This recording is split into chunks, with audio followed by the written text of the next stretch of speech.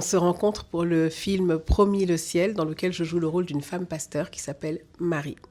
Elle n'est pas que pasteur, elle est aussi journaliste. Oui. Et je crois que c'est un métier qui compte pour toi. Je suis fille de journaliste. Exactement. Mon père était un journaliste très engagé qui a laissé derrière lui beaucoup d'écrits. Il est mort il y a longtemps et très jeune, dans des circonstances très bizarres. Mais en tout cas, il a laissé un héritage très puissant, très très beau et très inspirant. Il est mort jeune, c'est 33. Ouais.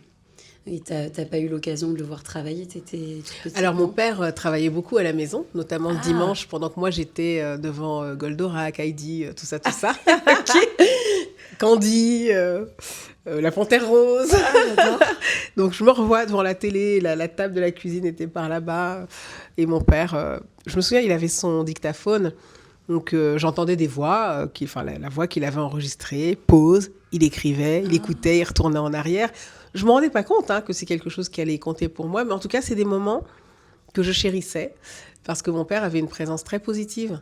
C'était vraiment un papa adorable, présent quand il était là, parce qu'il était aussi très absent, il voyageait beaucoup. Mais quand il était là, il donnait beaucoup d'attention, beaucoup d'affection, on rigolait beaucoup. J'avais le droit de lui poser au moins 100 questions. Il répondait à chaque fois. Et voilà, il répondait jusqu'à la fin où il disait « Bon, là, ça y est, c'est fini. » Mais il aimait bien. Je pense qu'il aimait bien voir que sa fille était curieuse. Ça lui plaisait beaucoup. Trop bien. Et justement, quelles questions on ne te pose pas assez? La question qu'on ne me pose pas assez... est-ce que tu as soif? Oui, j'ai soif. Un jus d'orange. Merci, ma chérie.